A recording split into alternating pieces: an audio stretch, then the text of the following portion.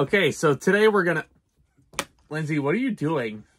You said we're filming about my favorite movie, so Yeah. I figured I'd just show you how prepared I am. Hold on. Oh my god. He's a little oogie boogie. Look at this. That's all I've got right here. Oh, there's this one. Oh, also my bed sheets. Oh, this is gonna be fun.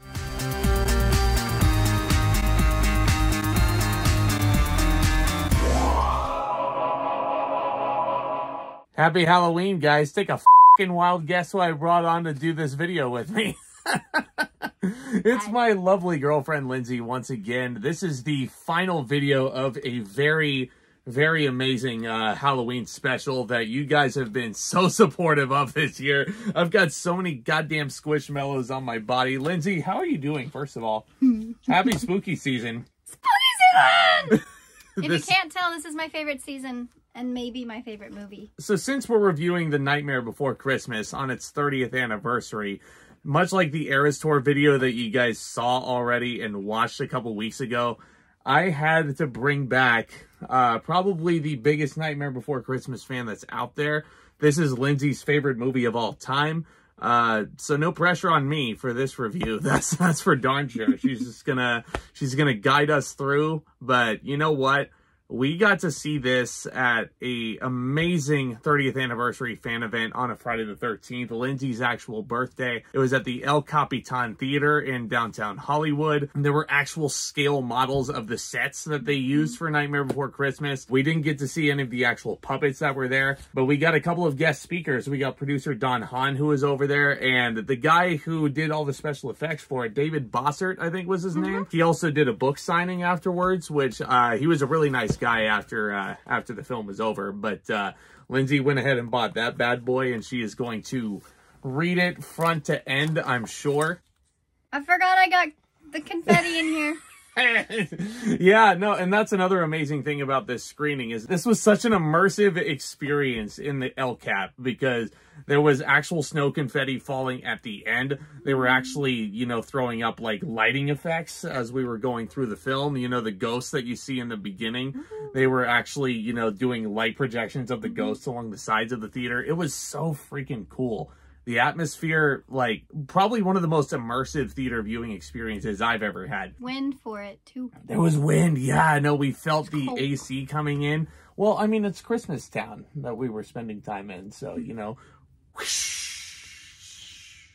The film follows the misadventures of Jack Skellington, Halloween Town's beloved Pumpkin King, who has become bored with the same annual routine of frightening people in the real world. When Jack accidentally stumbles on Christmas Town, all bright colors and warm spirits, he gets a new lease on life. But then, get this, he plots to bring Christmas under his control by kidnapping Santa Claus and taking over his role. But then Jack soon discovers even the best laid plans of skeleton men can go seriously awry. This is Tim Burton's Nightmare Before Christmas. However, Tim Burton did not help as much as you think he did. It was his original idea, his original concept. So he produced it, he basically not wrote it, but like helped write it. He did a lot more things that are smaller in it, but it was his vision, his idea. But Henry Selick is actually the director of Nightmare Before Christmas, along with Coraline. So if that's a way of you to remember Henry Selick, that's where he's most known for right now. Yeah, and then James and the Giant Peach was his direct follow-up to this film. 1996, James and the Giant Peach came out. Yeah. Nightmare Before Christmas was released 30 years ago, 1993. And looking back at this thing, as many times as I've rewatched it, it's so mind-boggling to me that this came out when it did. Because this feels to me like a movie that, at the very least, came out in the mid-2000s with the effects that it had.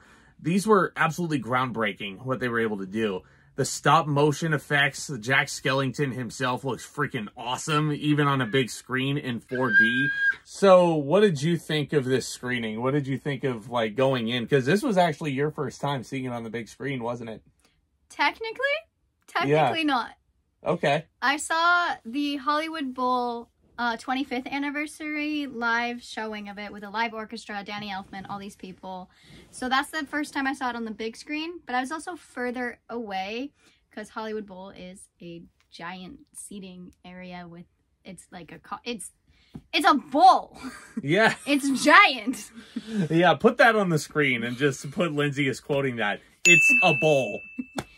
But this was my first time seeing it on screen, like, able to see it right there in front of me.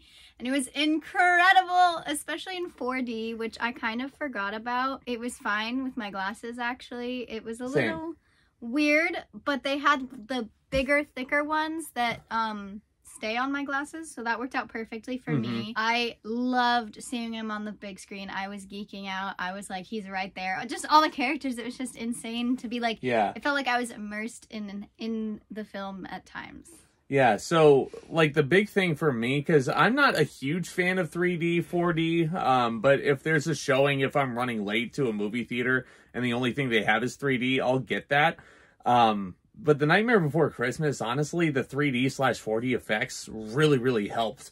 Because it was so freaking cool to actually see it all play out in front of me, as if they were actual puppets. It was so freaking awesome. She pulled out Oogie Boogie right now, too. Like, you know, she's just trading off Squishmallows. She is a huge fan. She is a huge fan. You can see why I brought her on. My door actually has a sticker, a life-size sticker of him. Might as well talk about Jack Skellington since we want to talk so much about him. He's a curious character because it almost seems like he's in a very relatable situation because he's doing the same job over and over and over again, and he's getting so bored by it, even though he's really good at it and he enjoys it. You know, he's yearning, like that whole lament, that song. It speaks so much about who he is. And it's also just such a fun melody, too. With some of the most macabre and interesting lyrics you could ever imagine to an I Want song. Yeah. And since I am dead, I can take off my head. To recite Shakespearean quotations. Like what Shakespeare is he quoting, do you think? All of it. All of it? But mostly tragedies. Mostly the Scottish play, right? Probably. Oh. See, no wonder he's so depressed, huh? But yeah, no, once he stumbles upon Christmas Town, which looks so freaking colorful in 4D. Oh my gosh. Not to say that Halloween Town looks so, like... No, it's because they also did different lighting stuff for 4D, so they had a couple displays on the two, like... That's right, yeah, Christmas lights. So in the El Cap... I forget about that. Yeah, in the El Cap, you have the seating, and then you've got, like, the displays up here where, like, if it's a bit... Like, it's... basically the level of the mezzanine. It would be like right there. And there were two different things. You had Jack's tower / house, and the other side was just like, I don't remember a lot. It was like Oogie Boogie's moon and just a bunch of other things with it. And there were Christmas lights hanging from them. And anytime we were in Christmas Town, those lit up. Or anytime it was a Christmas themed It was scene. So awesome. And that added to us feeling like we were there because the colors make it pop even more. Because, yeah, you see the colors on the screen, but now you're, like, seeing the colors instead of just knowing that there's Christmas lights in that scene. It was a really cool experience. Let me just say that much. We got a pre-taped, you know, put your phones away. You know, we got the pre-curtain speech from Oogie Boogie beforehand. But so cool. Yeah, it was a neat experience. But again, not to digress too much, getting back to Jack Skellington himself, like, again, such a freaking relatable character in a lot of ways. Tim Burton actually has said in interviews that he wanted to make a movie that was kind of like The Grinch in reverse. Yeah. Where it's like he's so joyful about the Christmas occasion, and he wants to bring it to a place that doesn't really understand what it all is. It's such an interesting blend because it's like, you know, the land of the holidays, and, you know, you got to stay in your lane. Like, you could argue that this is not only a Halloween movie. You could watch this around Christmas time. It would make perfect sense, you know, because it is a Halloween movie. It is a Halloween movie, first and foremost. Tim Burton himself said it's a Halloween movie. Yes. I will argue with that in the comments. If you come at me, I will argue with you. Here we go. It is a Halloween movie, but it can be celebrated throughout the whole, I mean, anytime, but specifically throughout Christmas and, obviously, Halloween. But it can be celebrated and stuff during Christmas because it is Nightmare Before Christmas, and it takes from Christmas, but it is a Halloween movie. Otherwise, Christmas Town would be taking over Halloween if it were a Christmas movie. Yeah, see, I always, like, watch this movie around Thanksgiving time because it still has that fall flavor to it, but it gets you so pumped up for Christmas time. She is judging me so much for watching it around Thanksgiving, but it's like, You can watch it anytime, but if that is the sole time that you watch it, No. not Halloween or Christmas? Hold on. I never said that was the sole time that I watched it. I said that's when I usually watched it. Okay. Now I can be like, oh, yeah, you know, you make a great point. You know, you could watch this year round if you wanted to. Easter, you know, there's that whole scene where he brings, like, you know, they kidnap the Easter bunny. That's my favorite scene! Oh, Oogie Boogie's little minions go to the wrong holiday and they kidnap the Easter bunny, and Jack Skellington's like, what the heck are you doing? That's not Santa Claus. Behemoth, I think is his name, or Behemoth. I'm bad at pronouncing things. He is the character that has the cleaver in his head. He's just a side character, but he's one of my favorites. Whenever the bunny comes, the Easter bunny hops out and he just goes, bunny, in front of the bunny's face, and the bunny runs away scared. And then that's how they basically figure out that that's not Santa Claus. Yeah, in case you couldn't tell, this review is containing a lot of spoilers in case you've never seen Nightmare Before Christmas, but it is 30 years old, so get on it if you haven't already. Join the fandom. Join the cult. It is. They said it themselves at the thing that before the film started. They talked about behind the scenes stuff. They talked about merchandise. They just talked about the process and things like that. And they mentioned I think it was Danny Elfman or Henry Selick. One of the two they both sent in videos, but one of them mentioned that it was a cult. It started as a small cult, and now it's a big cult. That was Henry Selick. That was Henry Selick who said that in the pre-taped video. Danny Elfman, who voiced the singing scenes of Jack Skellington in the flick, but he was... he also voiced Mrs. Barrel. Yes. Yeah, no, he provides and the clown with the tearaway face. Oh, yes. Yes, she does. She knows her stuff, guys. In any case, Danny Elfman has said in interviews that the film was not financially successful when it first came out, and that's 100% true.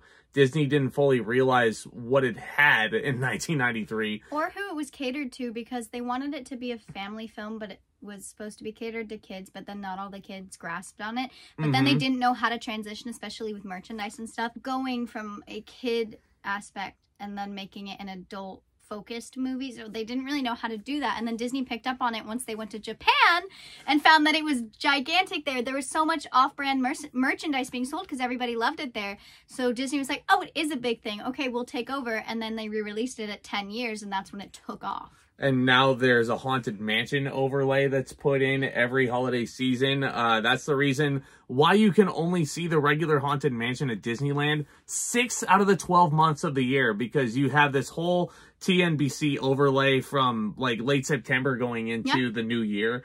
It's, I mean, it's crazy how big this fandom of Nightmare Before Christmas actually is. And, you know, she should be the president of the fan club, seeing as how she knows all about it. Well, I think also the reason why it wasn't overly successful at the box office is because of the different animation style that we have here. Even though you can look at it now and it's breathtaking, the stop motion, you know, it would put Leica films to shame, with all due respect. I mean, this was coming out around the time that they were putting out Beauty and the Beast, Aladdin, Lion King was about to be released the next year, so that was going to blow up right away. Like, it was a lost art, and people didn't exactly know what it was when you compare it to a proven commodity and something that could prove to be as successful as a Beast or Aladdin was. But now that people have kind of laid eyes on this film, and now that more people have kind of been exposed to how genius it all is and how genius this story is, it's gained a humongous cult following. Oh, yeah. And it's so well-deserved. It is absolutely well-deserved. People also tried to make a sequel to it because people wanted a sequel. No, absolutely not. No, do not do that. I think if you like touch anything that this film did and its perfectness, like there's no going back. Tim Burton shut it down too, so luckily there will be none, and if there is, there's probably going to be a problem. Oh, there's going to be a riot. Yeah, because Tim Burton himself said he doesn't want the magicalness of it, basically, because it's such a good story. Like, it would take away from it if they made something with every single holiday. Because if you make one holiday and then you do another holiday, you have to do all of them. Or at least all of the doors that were shown. And there was even a video game that tried to come out with Easter, I think, of being the next holiday. And it just didn't really take off because nobody... There were some people who were interested in it. Yeah, the only, like, sequel that really exists right now is Long Live the Pumpkin Queen, which is a book about Sally and how Jack and Sally are now together running Halloween Town. And it's kind of her take on how she doesn't really feel. It's such a beautiful ending. Oh. I still haven't read the full book. It's just, so I sorry. mean, that just makes me think of how the original movie actually ends with Jack and Sally getting together. I mean, it's such an adorable relationship that they share. I mean, the voice acting as well. We didn't even touch on that yet. Freaking incredible across the board. We talked a little bit about Danny Elfman voicing the singing scenes of Jack Skellington. He's primarily known as a composer, but here he is voicing a lot of the songs in here, and man, does he hit a home run. He's so great. He brings so much character to it. I think also because he wrote the songs, so he knows what kind of character to put into it. He's freaking awesome. The speaking scenes with Jack Skellington are voiced by the voice of Prince Humperdinck, Chris Sarandon, of all people, Chris Sarandon, and he does really well also. I think these two blend together so freaking well, you wouldn't be able to tell it was two different people. Yeah, no, honestly, I mean, if you pay attention enough, you can tell, but that's because they're not the same human or twins or anything that have the same voice. They are completely different people, so I forgot what I was going to say. Catherine O'Hara voices Sally in this, and I've been such a huge fan of her. She was a frequent Tim Burton collaborator going into the early 90s. She was known for Beetlejuice, with that iconic scene where she's at the table and she's like completely hypnotized. She lends her voice talents to this flick, and she is so freaking endearing. And Sally herself is such a cool character because she could just jump out of a window, and you could think that, oh my god, no, she killed herself. How crazy is that? You're seeing that in a Disney film. But no, she just picks up a needle, threads it. She blinks her eyes, she goes, I'm awake. Yeah. I'm just going to fix myself up. I'm just going to sew myself back together. Yeah. It's just like putting new meaning on giving yourself stitches. It's also really great because her character, even though it is like an animated film with like, I mean, it's animated, but it's also not animated in the computer way. It's like beautifully done. So you can... Stop motion. Yeah, the stop motion is just perfect because they made her character seem like she just stitched herself together. It's not like, I stitched myself, now I'm walking like this. She like stumbles, or she's also wearing little heels, and her character doesn't have joints. It's just...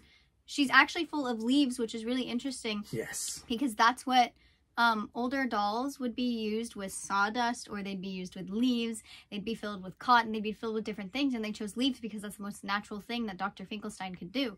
And it's really, really cool to see that. Because even in some of the scenes where she falls, you see the leaves fall out of her. And then they leave them there. So it just shows the consistency of that. And it's really cool that she wobbles when she's walking, because you can tell that she doesn't have perfect balance because she just stitched herself back up again. Yeah. I mean, our two lead characters, as we've mentioned, are so freaking great. They're both freaking relatable in their own ways. All these side characters that we have across the board are also so freaking fun. I always forget every time I rewatch this movie how funny the mayor of Halloween Town is. Just because, like, he can, like, flip his head around and he can be, you know, worried, anxious, frantic, Sebastian style. But then he can put on a fake face and be like, oh, hey, how's it going, Jack? Can you help me with this problem? Okay, never mind. Jack, please! I'm only an elected official here. I can't do everything myself. Yeah. I mean, he's only an elected official. You know, we picked him for the job. Let's talk about Zero real quick. How cool is that? Zero is adorable. Like, the fact that Jack has a ghost puppy. With a pumpkin nose. It's just so awesome. And the fact that he is chosen to lead his flock of skeleton reindeer when he, like, you know, the big climax, you know, when he's going through and, like, it's kind of like the point that leads to the climax, rather. It's the point of no return where he's, you know, dropping the super, like, gruesome gifts down the chimney. It's a really funny sequence, but it's so freaking dark if you think about it. Like, these kids are terrified. Like, one kid picks up a beheaded... I want it, though! No, you didn't. No, you didn't. Why did you want to be beheaded? Like, why? Why? Because I like Nightmare Before Christmas and I'd love a gift. Also, spooky things. You want a gift from the Pumpkin King? No, I really wanted that vampire Teddy stuffed animal. Oh. So much. And the vampire duck that has, like, bullet wounds or bite wounds in it. I also wanted that. I can understand that. I can get behind that. Can you tell I've liked this movie since I was 3? Yeah, again, you can see why this movie has such a big following. One character, I've wanted to save this character for last just because of how fun he is with so little screen time. Oogie Boogie himself, the villain. Wow. Oogie Boogie Man. He is like a perfect amalgamation of like the genie rolled up into like Gaston. Like, you know, he's kind of like, you know, he's the bombastic showman who thinks that he knows everything, but the genie is also a jokester. Like, it's a weird comparison that I'm trying to come up with here. No, it makes sense, though. You can also see that specifically in the scene when Jack comes back to life, like when everyone thinks he's dead, and he shows up. Oogie Boogie is scared for a split moment on scene, being like, Jack, you're back. And then he's like, well, I guess you're gonna die again. And then goes back into the I am in my own space. I am so powerful. Freaking confident. He's like so cocky in all of his mannerisms. Like, and I love the fact that he is killing his victims by way of a roulette wheel. And the fact that it's basically a crapshoot. You're dead or you're dead. You know, he always rolls a snake eyes. Yeah. Every time I actually have those dice. Yep, there you go. There you go. Like, I have the dice. I bought them. She's got everything. Everything. There is not a bigger fan of Nightmare Before Christmas than this girl right here. I will tell you that much. You can see why I brought her on. If you didn't, I'd have to send you an Oogie Boogie. Yeah, you know, I don't want Oogie Boogie to catch me with all the bugs that he has inside of him. Because, again, you want to talk about dark and inventive. I know. He tears Oogie Boogie in half, and you see that he's made up of all the bugs that he's been eating. He doesn't actually tear him in half. He tears him along the seams. Yeah, he tears him along the seams. Yeah, no, but, like, tears the seams in half is what I meant to say. But, yeah, like, he's just... His body is made up of all of the bugs that he's been munching on. You know what he kind of looks like is that big wall in Seattle with all the gum that's stuck on it. Oh, yeah. Like, you know how colorful and disgusting that is at the same time? That's what it reminds me of. Like, it's so, like, again, a weird comparison to make, but I love this movie. I really love this movie. What can I say? It was such a great experience seeing it on the big screen in 4D at the El Cap of all places. It was such an honor to be there. We each got one of these vinyl records here with the original soundtrack. You know, 2 vinyl discs. It's so freaking awesome. It's so freaking cool. It's a Zoetrope one, so it's one of the newer ones, and it's really cool because that's a gift that came with the tickets, and some events in El Cap don't actually have that, but because it was a Disney event, that was also a fan event, because it wasn't just their regular events where like they're showing a movie and you can get a ticket to go. They had all of the fan stuff. They had people come talk beforehand. They had the downstairs area that had the props and things like that. It was really great. Such a great experience. If you haven't seen The Nightmare Before Christmas, first of all, what the heck are you even doing watching this video? You should have paused it like around the 5-minute mark and gone to watch the movie and then come back. It's only like an hour 34. Yeah, no, not even. It's less than that. It's less than that. You have to include the credits. Yeah, no, that's fair. But, I mean, even then, it's such an easy watch. It's not good just for the Halloween season. You could watch it any time of the year, and you could be just so immersed in this whole experience. Like, you don't have to go to the El Cap to see this thing.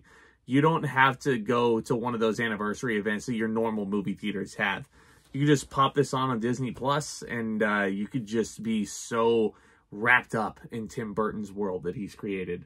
And, like, honestly, I think it's safe to say that Nightmare Before Christmas is a pioneer in animation. Just because of how ahead of its time it feels. Yeah. And the stop motion, it just feels like it's a movie that came out 20 years ahead of its time. Like, this feels like something that people would put out nowadays. And we would still, like, you know, be transfixed by it. But it's like, oh my God.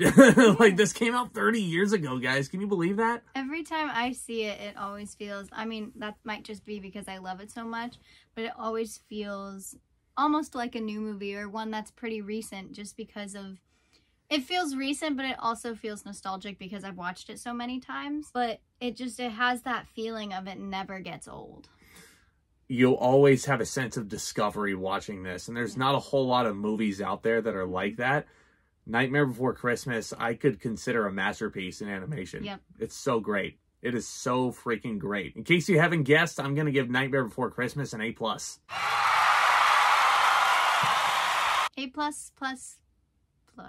for me. Only 2 pluses or 3 pluses? I had to stop. I don't know how many I'm allowed to give. So. No, hey, you can give as many as you want. A lot. Go watch this movie. But Lindsey, thank you so much again for sharing your fandom and your wisdom with us. Thank you guys for tuning into this Halloween special. It has been such a fun ride with you guys. Look forward to my reviews of new releases coming out in the month of November. Man, it's a stacked month. We got freaking Hunger Games, Songbirds and Snakes. We got Wish coming out from Disney, which looks like a very, very cute movie. They're marketing this as a film 100 years in the making. I don't know if I want to put it on that high of a pedestal yet, but, I mean, we'll see. Yeah. We'll see how it goes, because it is Disney's 100th anniversary, technically. So still, I can see why they're marketing it as such. 100 years celebration goes on for 100 years. And I'm very happy to announce that in the build-up to The Ballad of Songbirds and Snakes, I will be reviewing all 4 Hunger Games movies before that comes out in theaters. So stay tuned for that and much, much more. Hit that subscribe button if you're new. Jam that thumbs up as well. It is a huge help. This is a great community of film lovers and entertainment lovers alike. Y'all are invited to the party. Guys, thank you so much again. Lindsey, let's sign off this Halloween special. Commence that back talk, guys. See you next spooky season. Happy Halloween.